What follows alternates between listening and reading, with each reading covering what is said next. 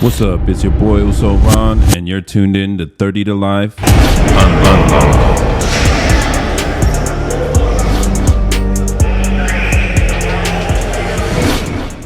All right, Ellie. So it's good to have you back again.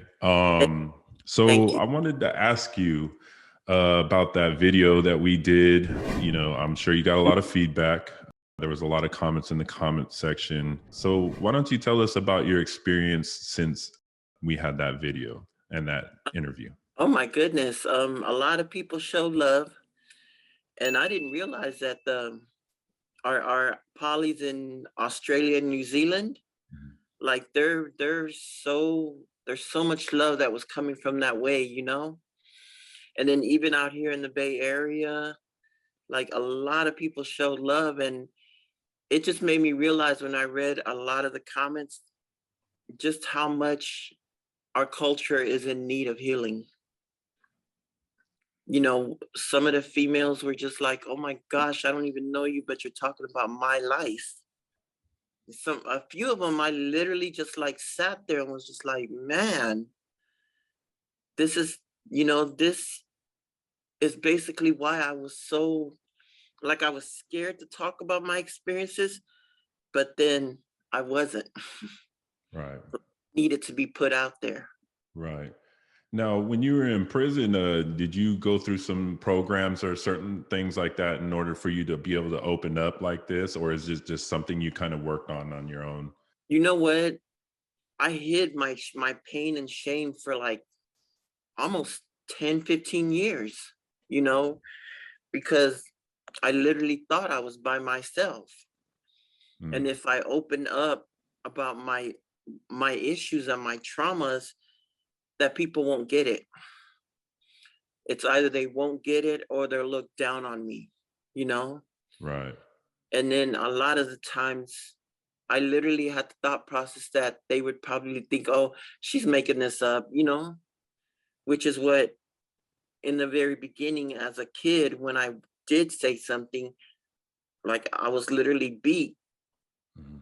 The issue about molestation, when I did say something, like I was beat and made it called a liar and basically told that it was my fault. Right. So get that. Yeah. It's interesting that a lot of people have the same story, especially in our poly community, and I first of all, I commend you for speaking about that. And it's really crazy how a lot of us have been through this and we're not able to speak about it. So with you opening up, I think you've given a lot of people courage to want to open up, but they're not able to, really just come out. Maybe because, like you said, of fear or getting shut down or whatnot. What would you suggest to these other people that have been through similar situations like you on how to handle this? If they're going through what you were going through. When I first started attending groups, it was because I had to for the board, Right. you know, make it look good, get these chronos. But when I started listening to the stories, it kind of like brought me to my own issues, because I started looking around at the room, and these are all women that walk around and stomp the yard like hardcore. And I never see them show any emotion when they're walking the yard. Mm, But as I listen to their stories, it's a safe haven in that group. And I'm hearing the outpour of pain and the outpour of traumas that have been so stuffed in for years and years and years that when it's coming out, I'm feeling them. I'm right. feeling them. And so it's like when we had this one doctor, Dr. White, at CCWF, and she just listened from a place of compassion.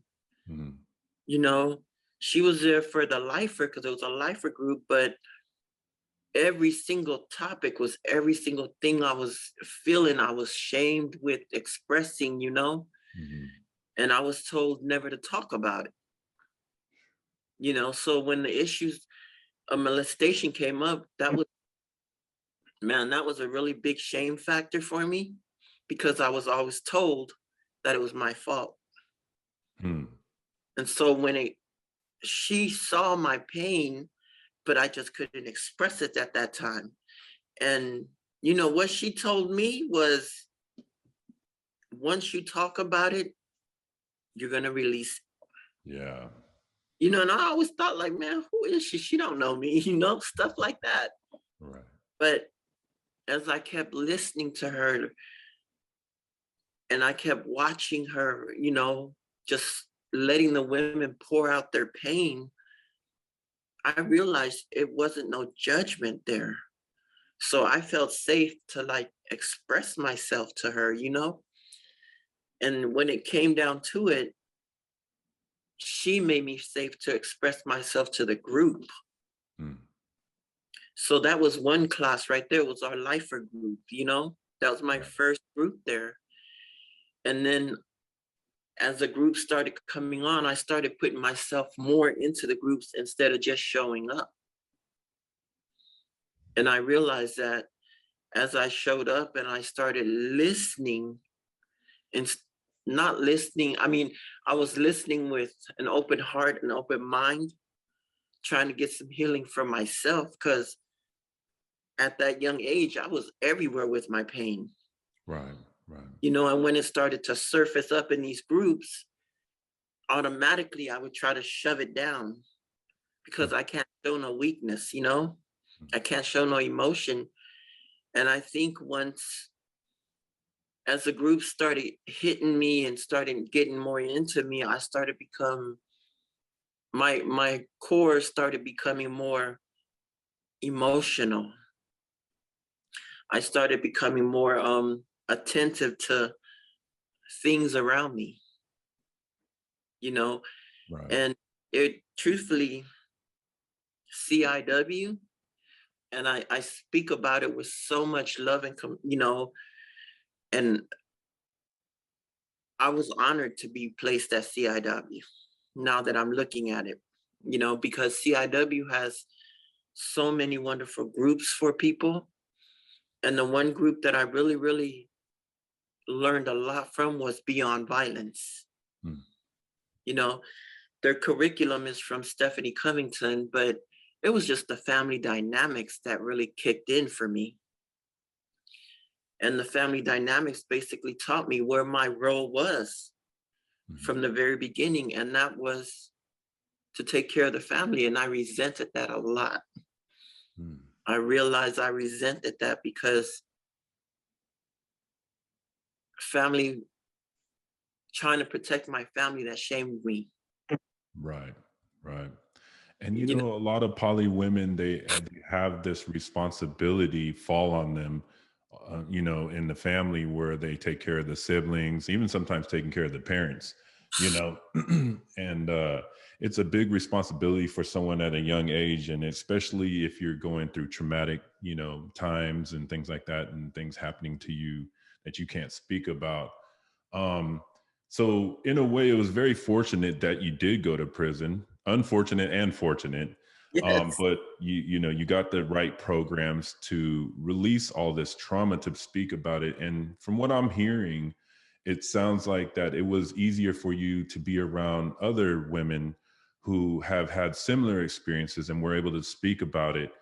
And then you were able to see that you weren't alone in this situation. Yeah, and yeah, it's crazy. And it's good that you took advantage of those programs. Unfortunately, I didn't take advantage of those programs. I dealt with my own problems, and but it sounds like they gave you a lot of good tools. uh what would you recommend to the listeners out there if they don't have these programs like and they're being shut down, and no one's wanting to listen to them, and they're ashamed or whatnot? Is there any programs out here they can contact, or maybe even contact you, or whatnot? uh, what do you say about that? What do you think about that? You know what? I have no problem with anybody that needs to like talk, Mm. express themselves. I have no problem with them contacting me. You can give them my information because that was one of the missions, my missions when I was given this date, you know? That was one of my missions, and that was one of my promises to Tracy's family, was that I was going to be of service, Right. and after our interview, a lot of the comments, like, it all dealt with pain and shame, suppressed anger. And I know how I felt when I lived in that. Mhm. And I don't want nobody to ever have to dwell in that and act like they can't get up out of it, you know? And there's always support groups. It's crazy because I've been looking up support groups for certain things, and they're out there. Right. They're out there. The thing is, we just need to step up out of our comfort zone, Mhm. not just with culture, because we tend to think, oh, we have to be around other Samoans to get this, for them to understand. Every culture goes through pain and trauma, Yes. Yes. you know, and sometimes for us islanders, we have to step up out of that, Right. being our own, because I'd hate to say this, but our own judge is harsher than others. Yep. Yep. Yep. you know, Yeah. And you mentioned everybody goes through this, and it's so true. I've had many friends that have gone through this, and from different backgrounds, different races or whatnot. But I noticed about us, like the polys, it's really, ingrained in us to not speak up or to not talk back, or, things like that. And so I think for us, I don't know, I'm not in other people's shoes, but man, it is really hard to express ourselves, because of our upbringing. And I think, like with you and others that have gone to prison, you know, when you go through this type of trauma, from what I've learned, is a lot of women will get quiet, if they've been molested or anything like that. And the boys, they'll actually get really violent, you know. So those are the kind of signs that you should recognize, in your children. But so for you, uh you got violent at one point in time, you know what I mean? And it evidently ended you in prison. Now, was this something that was coming out of you because of your trauma? Were you just dealing with things with, in that way, the best way you can, with anger or whatnot? you know what? I believe for myself, once I started learning me, Hmm. I started lashing out because I couldn't when I Right. was young, you know. And like I said before, when I started realizing that I had a voice outside of the home, Hmm. and that I don't have to be anybody else's punching bag. Now I can start punching on other people, you know, that's when everything started coming out. Right. And it's at that moment in time, a small situation, it'll all come out. Hmm. It'll all come out at that moment in time. Whatever pain I'm holding in, whatever that small anger will unleash it all. Right. Yeah, I think a lot of people are going through that, and they don't even realize it. No, because I didn't realize it. Yeah. I Yeah. didn't realize, Me neither. you know, like somebody can say, I remember a situation when I was like in high school, and I heard somebody screaming, and it wasn't even, they weren't screaming at me, but it was just like I heard them screaming at somebody else, but the tone in itself, now I realize from everything I learned in groups, it was the tone of someone who had molested me. Mm. They sounded, and the words they said, and the voice in itself, like it clicked on me. And I actually felt like I had to get in and save whoever Mm. they were screaming at. It wasn't even my business at that moment in time, but all of that came through. Mhm. And then what I learned about triggers, and I'm flashing back, I was thinking back to that moment. What did I feel? And I felt my jaws, my hands tighten, everything clench. And that just let me know, like, those are all the things that I held in and suppressed. And any little situation brought it out. Hmm. but I never knew what it was, where it came from. Hmm. Wow, that's interesting. So now today, how would you handle that? Oh, it's happened a few times, where I'll smell the cologne or I'll Hmm. hear something and I'll feel the triggers.